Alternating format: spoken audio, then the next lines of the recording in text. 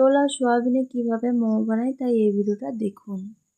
এখানে তেলের মধ্যে দিয়ে দিচ্ছি লঙ্কা কুচি, আদা কুচি, রসুন কুচি, আর দিচ্ছি পটল, আর দিচ্ছি পেঁয়াজ। পেঁয়াজটা বেশি করে লাগে, আর সয়াবিনটা করে পেস্ট করে রেখে দিয়েছিলাম, সেদ্ধ করে রাখা। জিরে গুঁড়ো, ধনে গুঁড়ো, স্বাদ মতো লবণ, সব কিছু, গোলমরিচ গুঁড়ো সব কিছু দিয়ে এখানে দিয়ে দেবো ম্যাগি মশলা।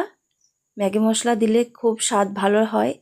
আর এখানে যে লইগুলো বিলে পুর ভরে একদম রেডি করে এই যে ফুটো বাটি বসিয়ে দিয়ে সেদ্ধ হয়ে গিয়েছে।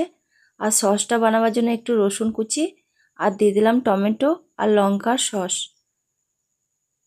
এটাকে একটু চিনি, একটু লবণ দিয়ে ভালোভাবে করে নিয়েছি। আর এই যে আমরা খাচ্ছি, দেখুন কত সুন্দর হয়েছে। আপনারা এইভাবে বাড়িতে অবশ্যই বানিয়ে খাবেন। হ্যাঁ, দারুণ হয়েছে খেতে, খুব টেস্ট লাগছে। দারুণ হয়েছে খেতে। মা প্রথমবার এরকম রেসিপি বানালো, তো আপনারাও এরকমভাবে বানাবেন বাড়িতে, খুবই সুস্বাদু লাগবে খেতে। আর দেখা হচ্ছে নেক্সট ভিডিওতে।